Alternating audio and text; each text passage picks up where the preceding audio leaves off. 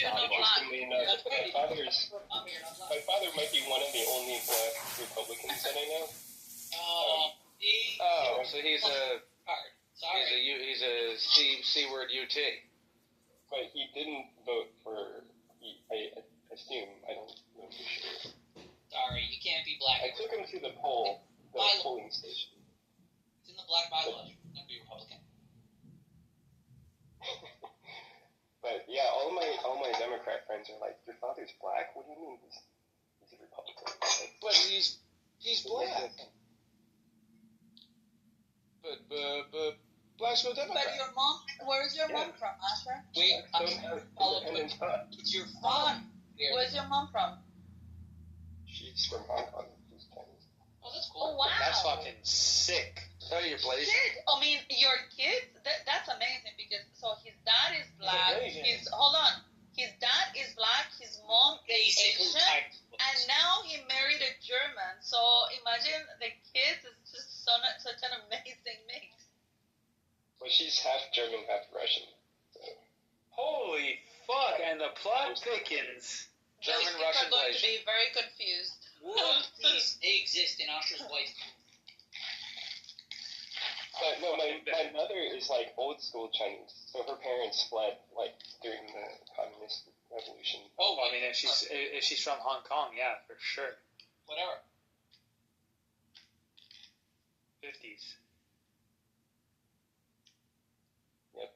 Yeah, if they hadn't gotten that. So like their side fled from the communists, and then my wife's side also fled from. People from Hong Kong are so based. That is a really cool mix, actually. I had no clue that you were half Asian. So you're like Jimmy then, because Jimmy is a Haitian black guy who married an Asian. I prefer to think of him as like Tiger Woods, but, you know, teach his own. Why did Tiger Woods meet a... Did he marry a He's Blasian. woman? No, he's half. Oh, is he? Himself is Blasian. He's Blasian.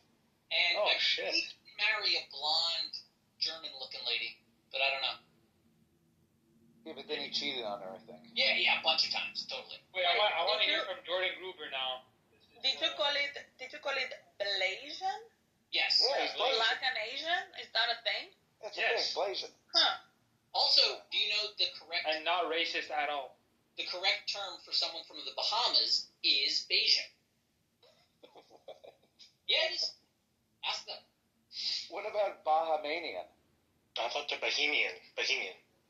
No, that would be Bohemian, and that's from Bohemia. I thought they were Bahamian. Destroyed. Did you say Bayesian? Bahamanian. Bohemian is a person from Bohemia. Bobadilla. I'm Bobadasian. He's Bobadasian. Bobadilla, you missed it. I made Randy rage quit. Look, Caleb is Cajun. About Bohemia. Are you kidding? Because it's supposed to be I Bahamian. can see that. I can hear him getting frustrated in the conversation. Holy fuck. No, people from the Bahamas are Bayesians. They're Bayesian. I think that's only happened literally 2 times. They're not Bahamanians. Take it as a They're wear that with Bahamian. pride, Clyde. Yeah, go ahead. I'm wearing it. Yeah, for Bayesian. sure.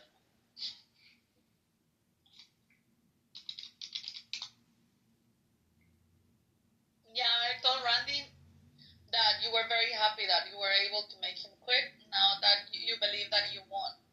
I mean, I don't believe I won. No, it doesn't matter. I was just trying to trigger him. It doesn't matter if you believe it or not. I'm just telling you what I told him. It's the Barbados. They're the Bayesians. And what did he say? Is he triggered? He said, he's not... wait, let me read what he said. I don't give a fuck. He's ass. You don't give a He fuck. said... I said, Randy, did you just rage quit? I said, yeah, it's very boring. I'd rather listen to a podcast. There's no point because he only hears what he wants to hear and misrepresents my position all the time. And nobody got time for that. I'm like, he was asking your questions. And he's like, no, he was making statements. I'm old enough to know the difference. I said, now he thinks he upset you and he can't believe he won. And I put a crying smiley face. And he said, no, I'm not upset.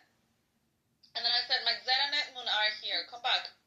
He said, I I just don't have the time for this. Max, that is retarded. Edmund is a waste of time. Whatever. This is his rage talking. No, but I'm sorry though. Like I'm not misrepresenting what he said. He said exactly what I said he said, and then because I said. You said that he said what he said when you said it? Zach, I asked him. Wait, have you ever seen that musical, what was it?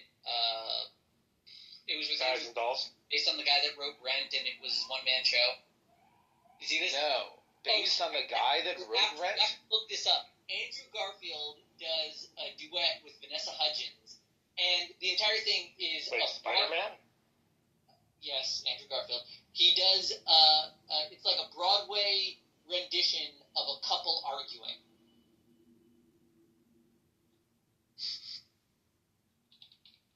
It's very, very good.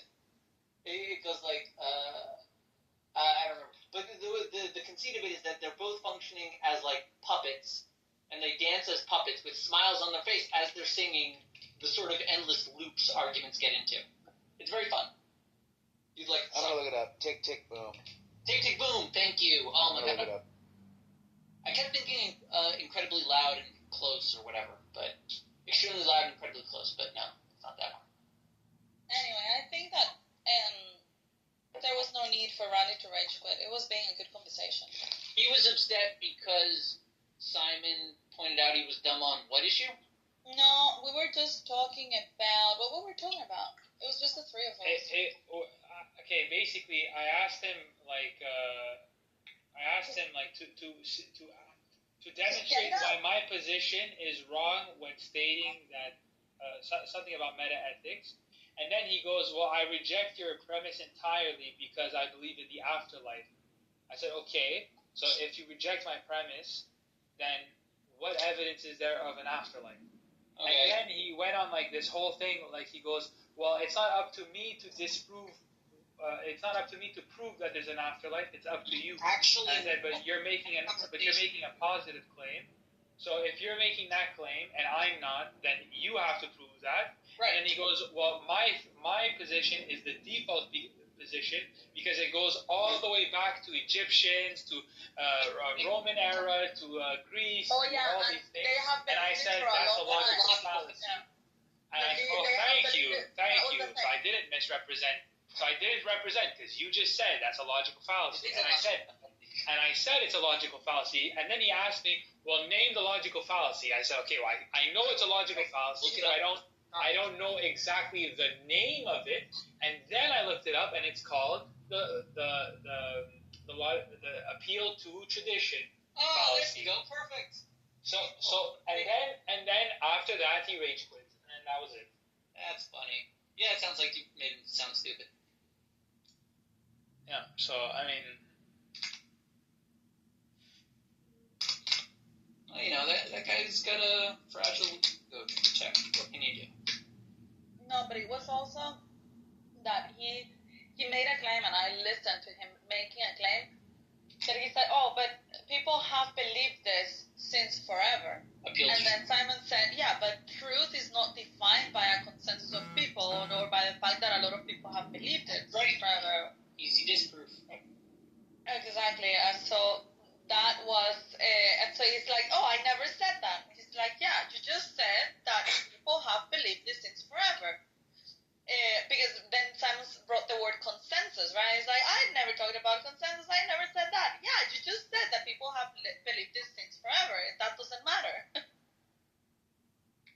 Right. But I'm not. But just remember, I'm not paying attention to what he's saying. That's a good approach, I would say. And that is when he started saying that Simon was putting words in his mouth, and he was not asking questions, but he was making statements that he never did. Right. It was just like a similar thing happened to me with, I think it was Himothy. At some point, he accidentally shifted the burden of proof back to him, because the best defense really is straight up that they don't have to say. With Randy? No. This is Himothy, a different guy from the Atheist Rooms. But I'm saying that the best tool in an atheist toolbox is I don't gotta say shit. to accept any of your evidence as compelling. I say nothing, I see nothing, I hear nothing, I am protected. If they ever accidentally make the mistake of saying that the evidence actually leads to their conclusion, they've shifted the burden and now they have to prove their point. And they never do that. That's when they'll rage quit. That's right. So it was the same thing here. So he tried to trump you with a conceit that he feels is so obviously true he doesn't even want to debate it, so it should settle the issue. But you pointed out that he has flawed reasoning. He didn't actually really think through the logic of how to prove there's an afterlife, of which he can't really prove. Obviously. Yeah, that's it. And I just asked him, this is like the logic, right? So... Yeah, the best you'll ever have for an afterlife is testimony from people that came back. And that actually happened to me. I actually did die, and I came back. And I didn't see shit. In that case, you can throw weight on him, because he only has their testimonies. You have your own experience. You can say, I died and came back. There's nothing there. That's right. It was black. You got the trump card. Sounds like Randy can't debate the afterlife as you. That's right. You just have a higher form of evidence. You have first-hand account. He only has second. That's right. You actually could say that, right? I died and I came back. Yeah, who's going to disprove you? I am the proof. I am the evidence. I can't even imagine how many, if it was, how many Christians would have gone through the same experience. I saw God, and then there was a light, and then he told me to act in accordance to the Bible, and now I'm a full Christian. But that is everything. That is Jews, that is Christians, that is Muslims. The miracles is across religion. There are a lot of people that report after having near-death experiences, they do have weird kind of invigoration with life. Similar to how some people describe going on like DHT, I think. Or DMT. I forget which one is the one. DMT. DMT? And it seems to be like an attachment to the oneness of everything, which could also be an attachment to the nothingness of everything, right? If you lean more nihilistic, those could be the same basic experience, that as in the way that your mind would contextualize it as you're living, right? If you come back, you might say, that was all nothingness, or you might say, I was one with the infinite. Those might mean the same thing. They are the same thing. Well, there you go. In the mystical traditions, those things are the same. You and your Ein Sof, get out of here. Yeah, come on, get on this train. Let me ask you this, Rabbi. If it's Ein Sof, how did you label it? When's it Ein Sof and when's it Sof? Well, that's the whole thing. The Ramban says that Ein Sof is not really nothingness. It's just the thinnest kind of material existence that there is, but it's imperceptible.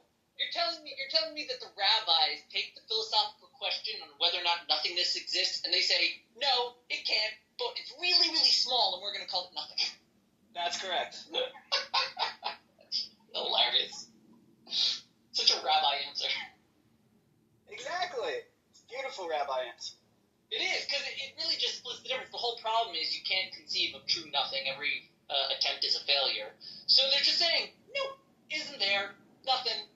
But if it's really, really, really small, you might as well call it nothing. Like, you got nothing better.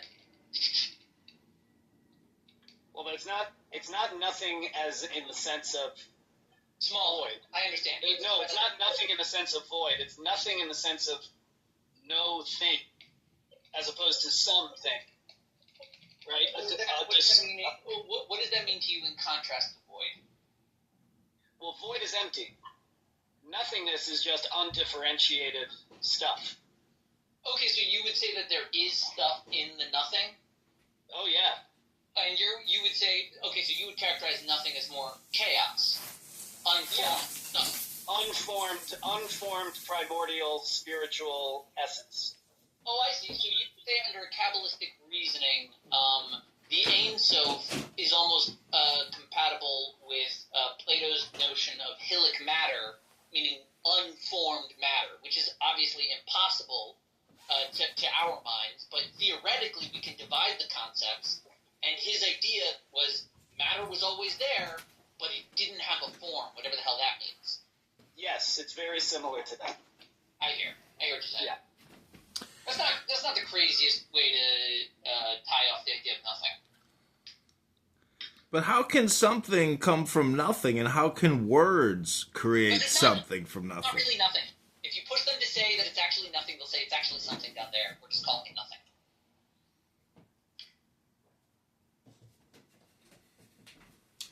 So in the word Ein Sof, like the word I is there. So what is the word EYE, and why is the symbolism of the all-seeing eye so prevalent, or so, what?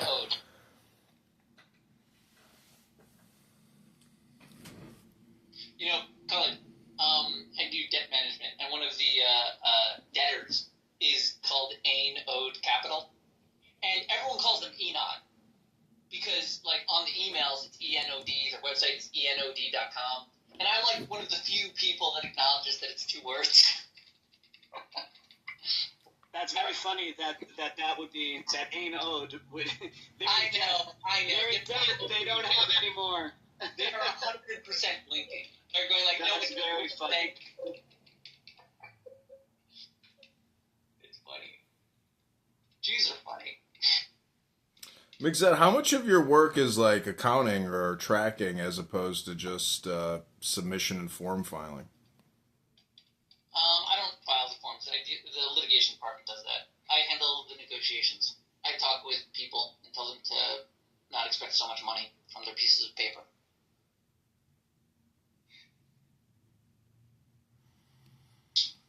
So why is the now so difficult to grasp? I mean, it's such an easy word, but why is it so complicated? Because that's not why our consciousness is here. Our consciousness isn't here for the now. You want perfect now, go to sleep. The consciousness is here for the past and the future, and to do all the crazy, cool, abstract coordination, and for some reason, take us to the moon. That's what we do. You want the true, conscious state of the animal, I think you probably want sleep.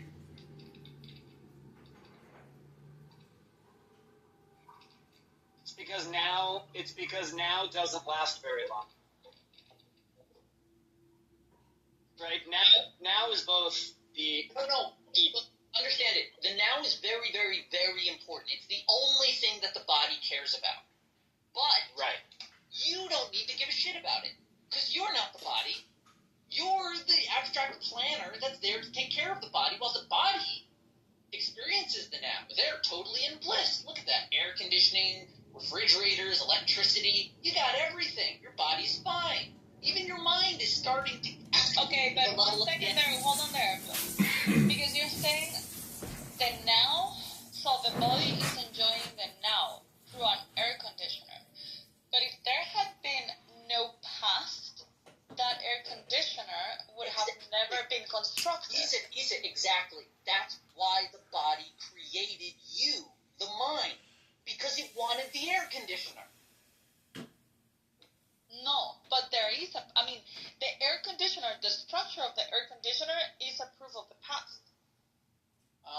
Yeah, it's proof of the inherent nature of the universe that is true at all times, right? Because it didn't appear there. It required... Right? Let me put it this way. Isa, if the air conditioning ability was only true in the past and only true in the future, it would be completely worthless to us. It is only valuable because it is eternally true. It is a true of the now. Right? That's what an invention is. An invention isn't saying, oh, this worked in the past. It's saying the universe works. No, I am not saying that. Now. I'm not saying that it worked in the past, but in order for that conditioner to work in the now, you have to put the pieces together in the past. And while you were doing that in the past, the air conditioner was not existing. So the air conditioner in itself, it's a proof of what has been. No, the air conditioner is a proof of what is always possible, what always was possible.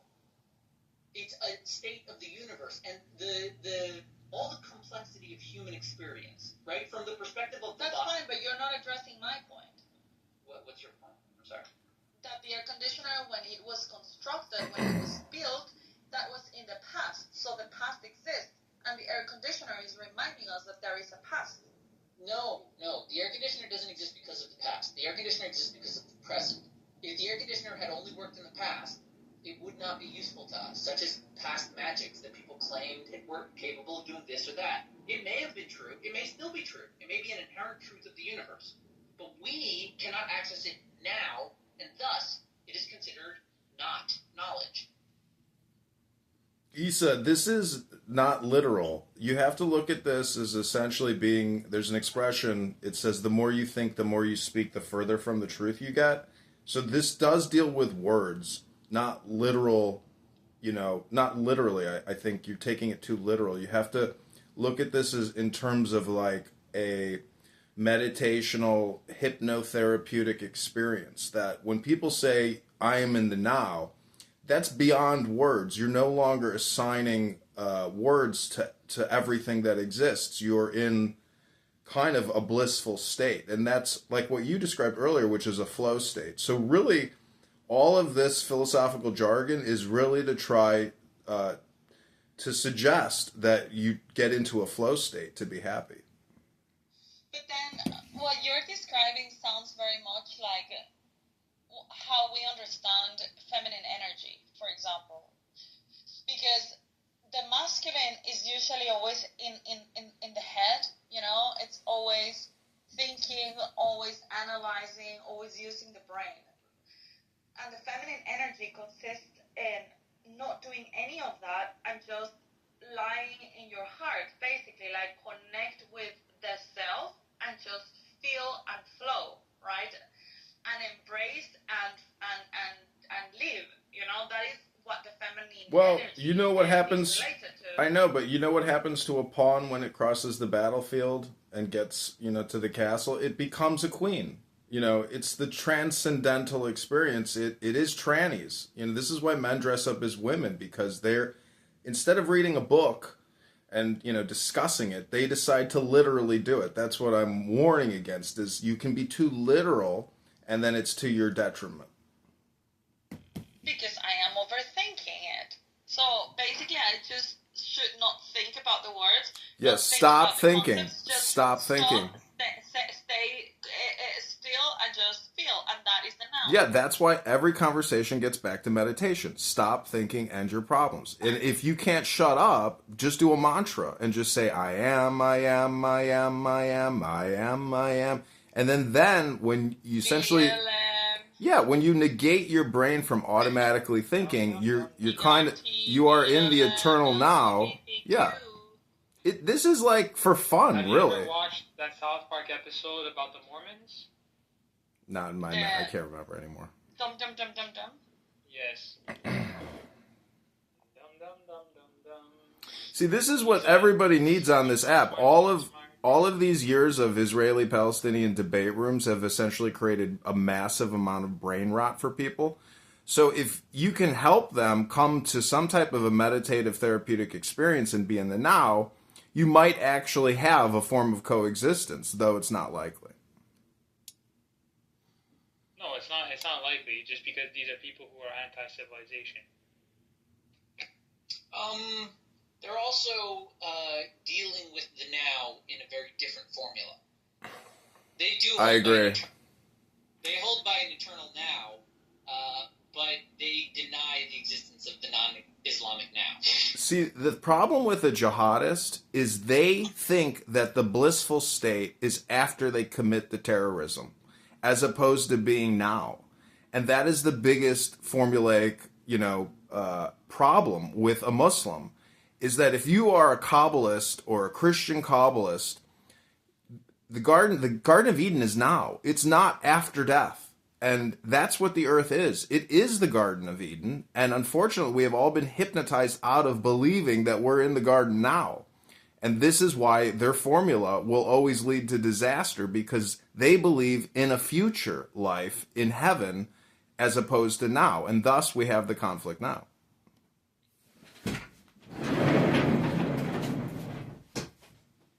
Every time we have this conversation comes up, I always think about that scene in Spaceballs where they're like watching the movie as it's happening. Right. And they're like, what happened to then? You missed it. When? Just now. When will then be now? Soon.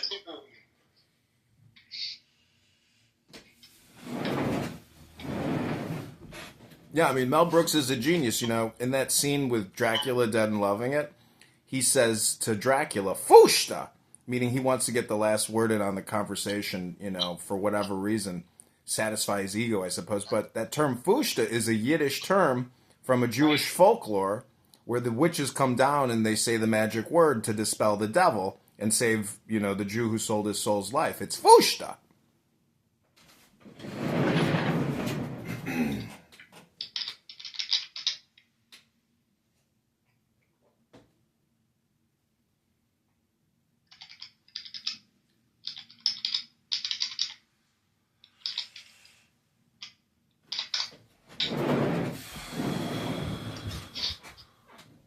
I don't know. There's like an inversion of it as well. I think in Japan, like the Zero fighters or the kamikaze fighters.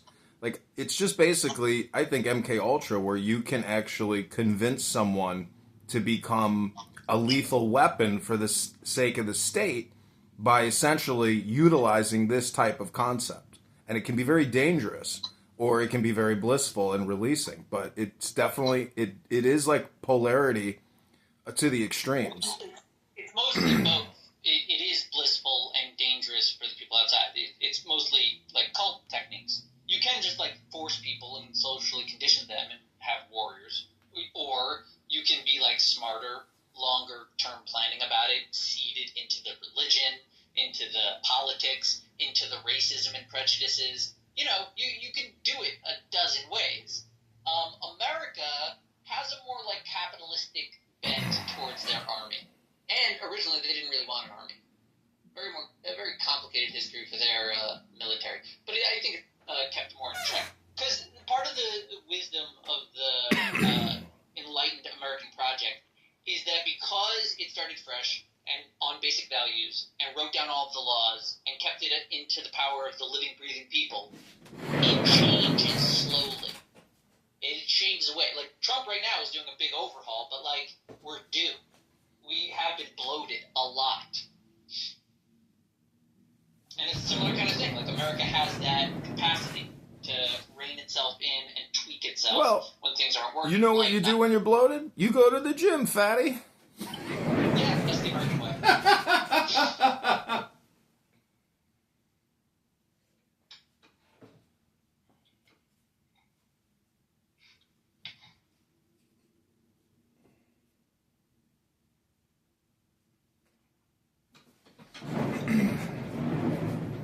I think it's kind of funny how this is like heretical, essentially. You could go into any Christian or Muslim room right now, and they would vehemently disagree with this concept or sentiment, and they would thus get nowhere in terms of progression. But doesn't the now essentially deal with ego death, where, like that joke where I'll have one with everything from the hot dog stand, like, so, but the concept of ego is Freudian, and thus you can't touch, taste, smell, or feel an ego. It's so conceptual, it does not exist. So how can an ego have a death? By awareness. So what are other terms for awareness? Mindfulness? What are other terms? No, I'd actually consciousness. I'd literally get more granular with it. I'd say literally think about what you are. Think about the toenails, think about the hair, think about the portion that you consider important but exists in an abstract space of electrical signals being fired across some gray matter at the top of your head. I get it. What I'm saying is the ego death isn't that's where I sort of disagree with the Buddhists. I don't think that the ego ever dies. I think that's kind of crazy. I think it's also wrong. But I think the ego does need to be put in its fucking place. In terms of, like, the orders of existence we have considered relevant here, right? The meaty flesh seems to be more relevant, even though we don't care about that as much as the books we produced. Wait, say that. Yeah, I don't think ego death means, like, sort of what Michael's saying, putting it in its proper place. And when I think about it from, like, the psychedelic angle, people talk about ego death. That's not the elimination of the self. It's the elimination of the self qua self as the center. But it's not the elimination of sort of a self-image. It just recontextualizes it into some larger matrix of meaning in which we are only a part and definitely not the center. Right.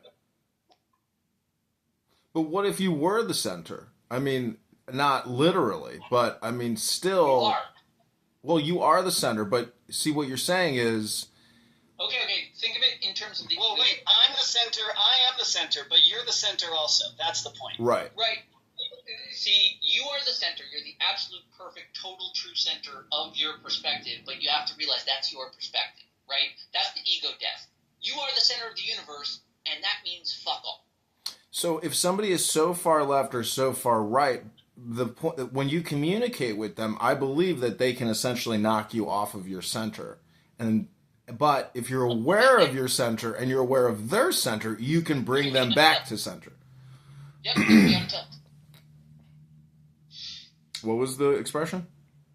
Oh, it's a poker expression.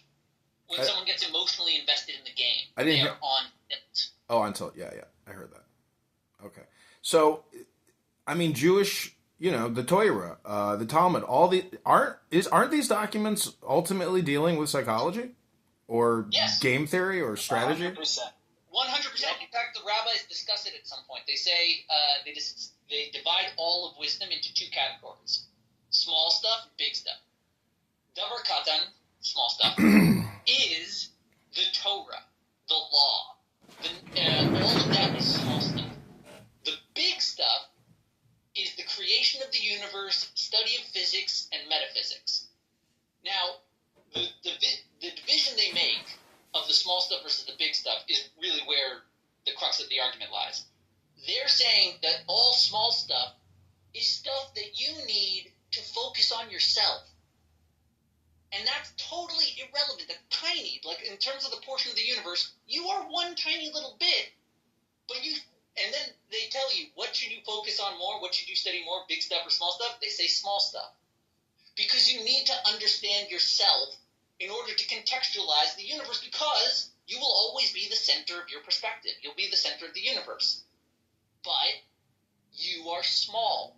There's much more beyond you.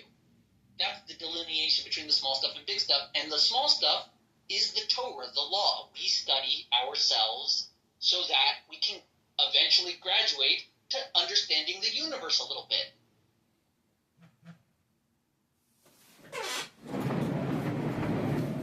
So from a Christian perspective, I mean, and, the Son of God, that type of heliocentric or Platonic, I mean... All of that is dangerous to investigate if you haven't yet investigated yourself. You will project. You will want the Earth to be the center, or the Sun to be the center, or for there to be no center. You will project unless you fully remove yourself and are honest with what the universe truly is. You need to know yourself so that you can remove yourself from the equation of seeing what's actually going on. So how do you... This is why I say, when I think a lot of people are LARPing, because if you look at like a succession or a chain of command, I think it's more likely that the Earth generated the human and the universe generated our solar system. So, I mean, doesn't it ultimately just become meditation and therapeutic and not literal? And if you take it so literal, you're likely to do something terrible like October 7th. I mean... Don't you think there is a chain of succession in the universe? No. Wait, I have a question. Hold on, I have a question. Do you think, is LARPing pejorative in your sentence? No, I think you can go to Comic-Con and have tremendous joy because of the experience is joyful. Like, you're not there for negative reasons. You're there to have fun. Also, you could be LARPing to just improve your life. Right, but if it's not authentic or sincere, there's still a negative aspect to doing a forced experience. You're correct, and the rabbis discussed this. What you're discussing is another classic divide between lishma and lo lishma. Lishma is performing a commandment for its own sake, not for any ulterior motive at all. And shelo lishma is not for its own sake, for some other reason. And the rabbis explained that obviously, lishma is the ideal. To do the thing simply because of its innate goodness, it is the thing that should be done, and thus you do it. That would be lishma. They also highlight, that doesn't happen. Nobody does that. That's like an ultimate tzaddik that isn't even aware of how he moves through the universe and causes good to happen. that's a rare individual. But you gotta add the next idea from the rabbis, which is okay. So everything is lo lishma. Usually, there's an ulterior motive. You want to impress people. You want recognition. You want some of the benefits that come from being a good person. There are a lot of blessings that come. But the rabbis are very clear about lo lishma. Though everyone is doing the commandments for some reason of an ulterior motive, you never, ever interfere with those ulterior motives. Because it's not really... Well, because what does it say, Michael? It says, right, mitoch shelo lishma ba lishma. Right? Yes. From out of this ulterior motive behavior, which is inescapable, you can reach a higher plane of doing things for their own sake. Which, again, is roughly saying habit. Where you're not trying to do it anymore. And that's why they're talking about habit formation, and they're very clear to never interfere with people's motivations for doing the right thing. If some person makes up some crazy story in their head about, like, you know, a dead Jew that's saving their sins, and as a result they have to be nice to people, don't stop them from being nice to people.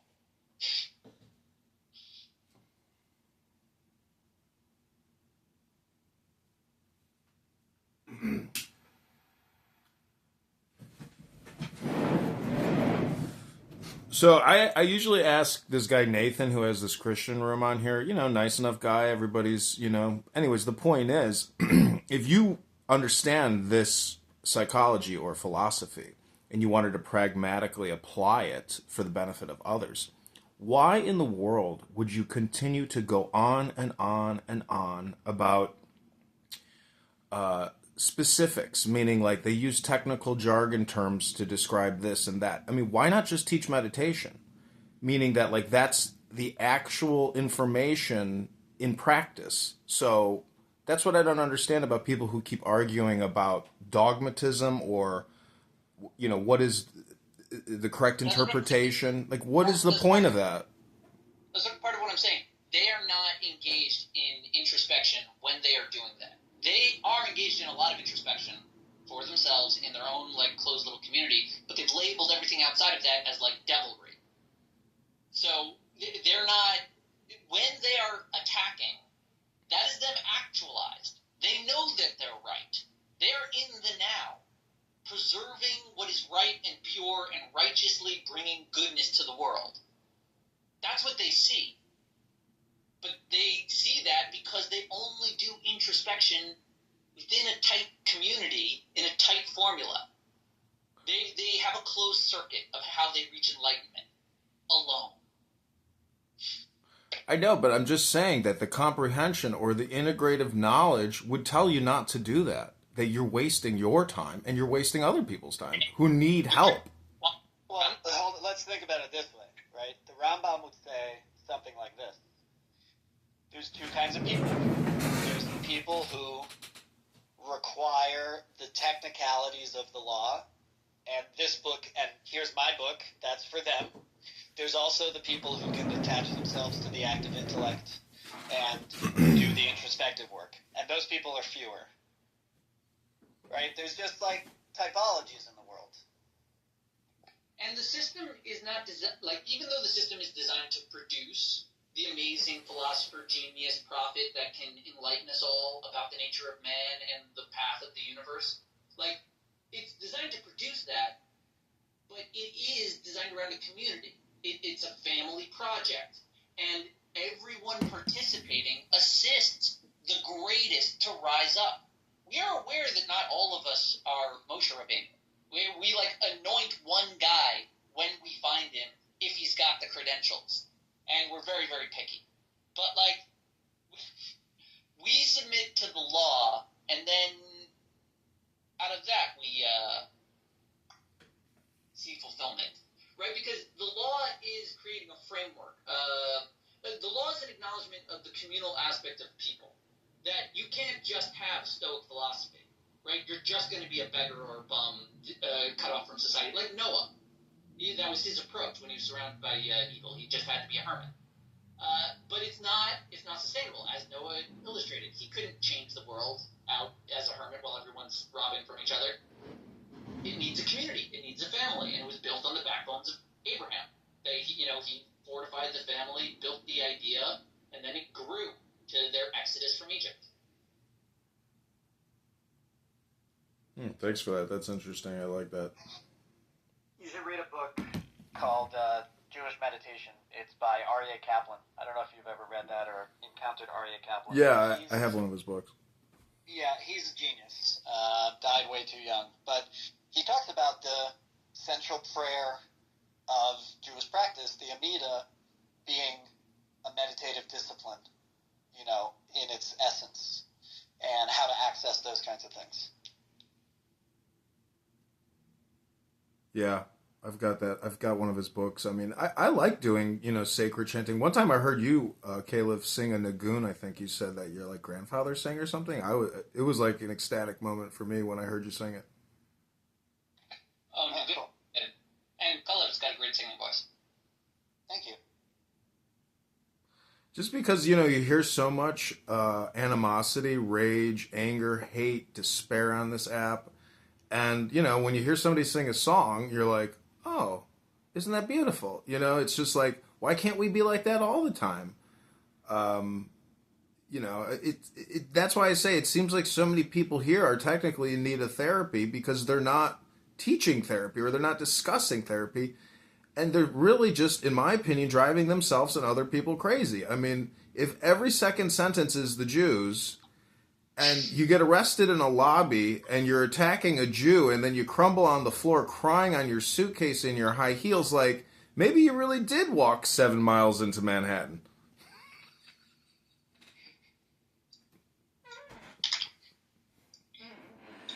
So we're back to talking about I just had to change the subject because eventually you can exhaust the now and there's nothing else to speak about. Nothing.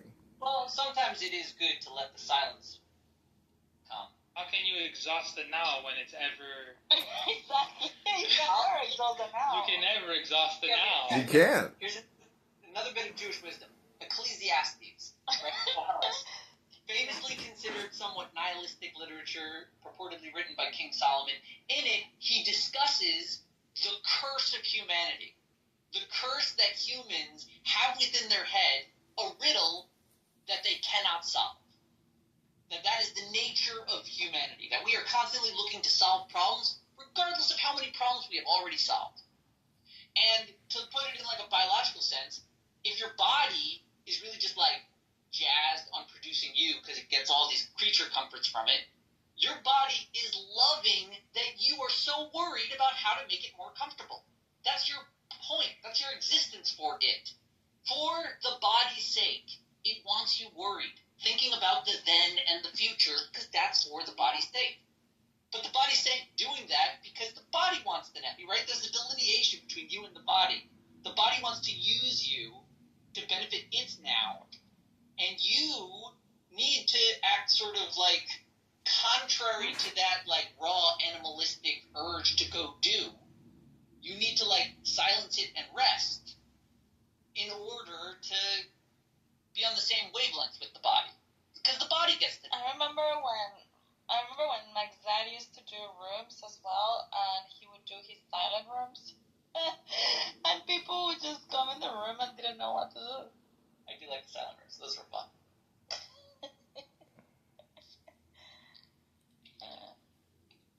They just started talking, and Max Zad was just quiet. She wouldn't respond to anyone. Well, these topics I'm a sucker for. This is why I'm always in the atheist spaces. They're the ones that discuss theology more than anybody else. Yeah, exactly. That's what you were saying yesterday, right? Simon can't go one day without talking about God. How can you look at the word? How can you look at the word atheist, and then it's the opposite of the theist, but by being the opposite, you're constantly creating God, and it's just so ironic that they can't see it. You are creating God by talking about. Well, no, it's an anti-concept.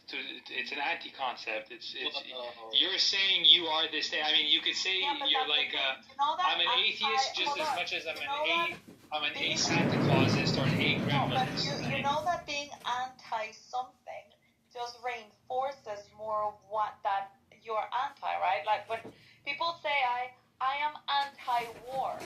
Why are you not pro-peace? When you say I am anti-war, you're creating more emphasis in war. When you say I am anti-God, you create more emphasis in God. So you're not presenting an alternative to God. You're just wanting to deny God, and that creates more of that's God. exactly my point. But that creates more of God. How can that create more of God? How does that logically because follow? You're fighting something, and that's something. I'm not fighting anything. I'm not fighting anything. I'm just saying, if you say this thing and you make that positive claim, I'm just saying I deny that claim. Okay, Simon, did you hear what I said? Yes. Before? I think we. Yes. When you are anti-war, your emphasis is in war. So war becomes still the priority, the focus of the conversation. If you are anti-whatever, what's the definition of anti? You create more the conversation around that instead opposed to just ignoring it and creating an alternative. For example, being pro-peace, so that your hypnosis, let's say, doesn't focus on war but focuses on peace. When you're saying that you're anti-theist or anti-God, then you're creating more of that you're fighting. Okay, so here, I'm pro-objectivism. There you go. That's clear. So, I mean, I really like hyper-analyzing language, and maybe you think it's stupid or retarded. You know how I think God is... I think it's... Well, it's for fun. I mean, God is go forwards and do backwards. You know, I just think that, it's almost like a form of self-reflection where you're looking at these words and you're finding these hidden meanings in them, and you're like, well, these words must have, throughout this progression of time, evolved to these essentially, we're trying to describe concepts using these very simple words, but they're so complex. Like if God is everything. Oh, this is what I wanted to ask. Is Migzed, in terms of that mystery question that many people cannot solve. I mean, I think you could call it the riddle of the Sphinx, but meaning that if you're an atheist, like a devout atheist, God does not exist. Does that just mean you haven't heard the right story to essentially click you from an off to an on? No. First of all, in terms of the riddle, that was just sort of like the human experience. It wasn't saying whether or not God exists. But I think it could fit in pretty easily. Yeah, the riddle is still there. They're refusing it. That's how they're trying to deny the riddle that exists in everyone's head. How does reality work? What's going on? Right? He's stopping at a particular philosophy, objectivism, and he's being neutral as to the question of God. Right? Neutral or dismissive of. Either one of those is still acknowledging the riddle. It's saying people wonder, people are confused, it's not a consensus. The riddle exists. He's just answering it in his way, for now. Just like all. Yeah, I'm just saying, God, the way people use that concept is an epistemological error. That's what I really think of God. Well, I would argue, similar to what Edmund's suggesting, that you should be more charitable and loyal and careful with the origin of words, right? The meaning of the words, the history, how they got there. I don't know if I want to say a mystical thing, de is a special thing that English hit upon. But one second. I have to get a phone. Okay. It's funny you said that is technically an English innovation, and it's so stupid, but is actually somewhat of a linguistic innovation. See what I'm saying? Meaning that or means nothing, but yet it's still an extremely important word. It's not important. It's important if you know it has no importance, if that makes any sense. A little bit, yeah. There are similar words like that, in English. From England. Oh, so this is what I wanted to follow up with. Technically, going back what to Simon was addressing, or what you told him, is meaning that if you have this advanced knowledge, if you're an atheist and you're getting so angry and spending all this emotional time on this app, I don't think you get it. Because if you have the wisdom of silence, meaning it's a blissful state of relaxation. So if you are getting so worked up and you're so invested in this, I don't think you get it. And thus, that's why you're here. This is like a simulator for the truth. And people who get so emotionally upset and it just dominates their life, they don't have that knowledge, and thus that's why they're here. They're here playing with that knowledge. But that's why I say it is a complex riddle.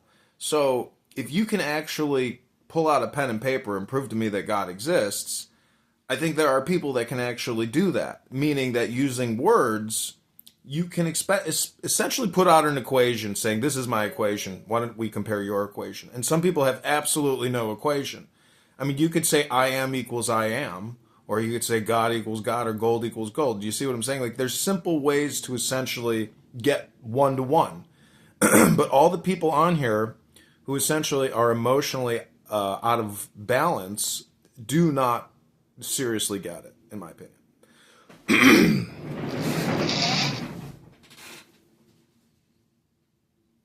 What the hell was that? Yeah, what the hell is going on with your microphone, dude? It's horrible. It's just a noise. It sounds like you got demons in your phone. That might be the pro-Semite I love Jews inside of him trying to get out. No, Keegan, it's horrible. You're just it's horrible. Just disconnect your microphone or something. It's our new anti-Semite blocking technology filter here on Clownhouse. It's so sad having found Keegan and getting into his microphone. Careful that it doesn't explode with, like Hezbollah. Do you like my PTR? He said, isn't it very pretty? Oh, who is that? Keegan, don't change the topic. We've been talking about balance, stillness, equilibrium, joy, bliss, ecstasy. And Keegan, do you think that if every second sentence is the Jews and you're an anti-Semite, it might reflect on your own consciousness, meaning that you as a man aren't fully integrated? That's a really good question. I don't believe every second I waste, I'm not on Clubhouse, every single moment of the day, just while I'm at work. I mean, people don't see me on Clubhouse at night or on the weekends when I spend time with my family, with my children. I don't talk about But here you are right now. Stick to the question. What did I ask you? Right now. I'm not in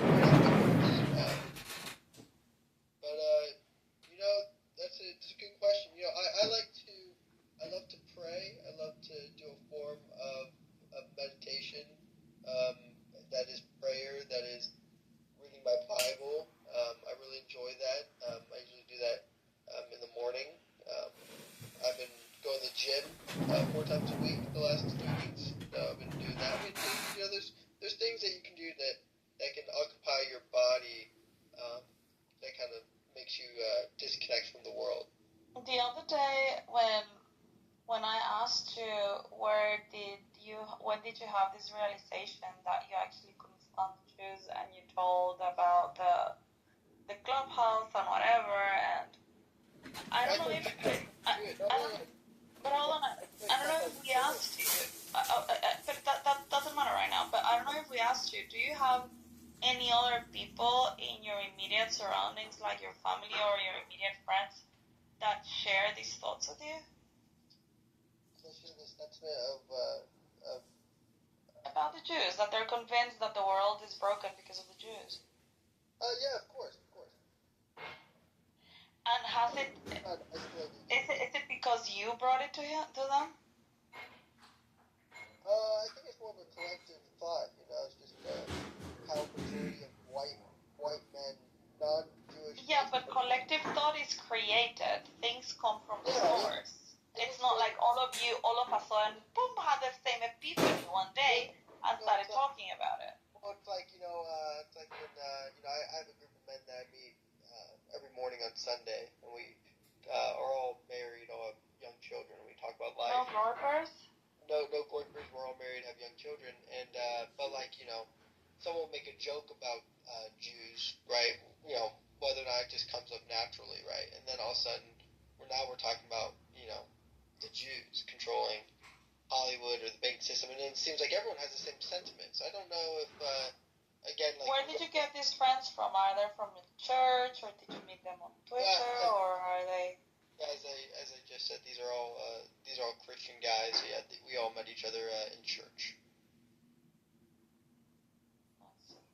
One of them is actually Jewish himself. He was born in a Jewish family, was an Orthodox Jew, and converted to Christianity in his early 20s in college. So he's actually, I would say, have the most anti-Semitic ideas out of anyone. Keegan, let's keep this conversation flowing. Just explain to us something interesting, or can you maybe explain to us what God means to you? Thank you very little.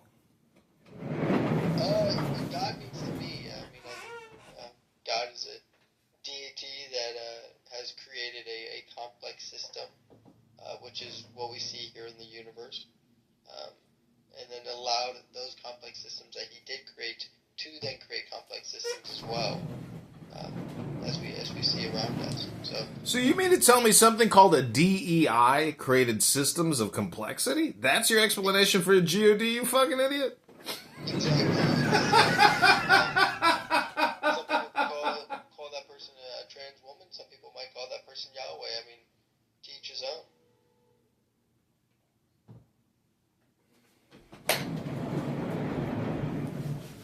So what I'm trying, trans women are God. Is that where the conversation? Keegan, what I'm trying to tell you is, if you're a smart man, if you're a cultivated man, you don't spend your time attacking 3-letter words. You attack yourself, because every man is his own worst enemy. So you're irascible. You waste a lot of time. Your speech is stupid, and your bigotry or your hatred. What you're doing is you're pushing it outward from yourself. You need to turn it back in and know you're a schmuck. You're a schmuck, Keegan. I'm not my worst enemy. I don't drink. I don't smoke. I don't curse. I don't indulge in food. I'm not my worst enemy. I would say that others around me are more enemies to myself than I am. I'm just giving you some free observational, wisdom, if it means anything to you, because I don't have anything against you personally. I just think if you, really do believe that Jews are a problem, it's not Jews, it's a you problem. That's always the problem. It's a you problem, because even if you were right, you would technically still be optimizing on yourself. So anybody who goes on and on about some 3-letter word or some other race or some other creed or something, that's not really advanced gameplay. That's like kind of calling yourself an idiot all the time.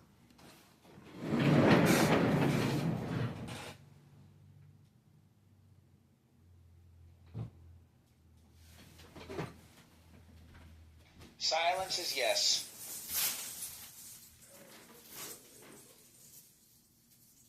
If anybody disagreed with what was said, I'm sure that they would be unmuting immediately, irascibly. See, you could make it a second argument that you're not just an idiot. What you actually are is a clown, meaning that you're trying to have fun, and you think this is the way to have fun by being a clown, but you don't understand at least the hidden aspects of the clown or the troll. So that's why I say we should make a new house that's called Unmute Irascibly. Yeah, I think the audience will be huge. Sorry, Edmund, I know you were speaking, but I felt the need to unmute irascibly. No, I mean, I've read that book. I have a bunch of Maimonides books. Maimonides, that was a slip. It's true. Maimonides is my mom. I mean, that's the wisdom. Like, until you read Maimonides, I don't know how you can really call yourself a Jew.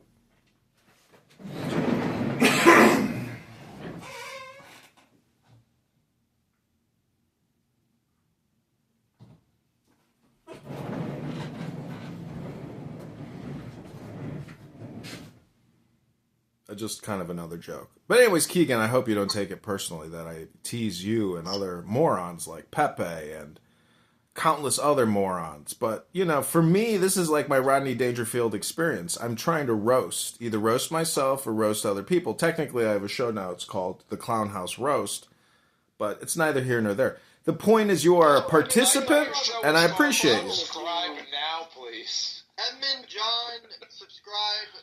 The names that you've taken on this app, I have no problem with you.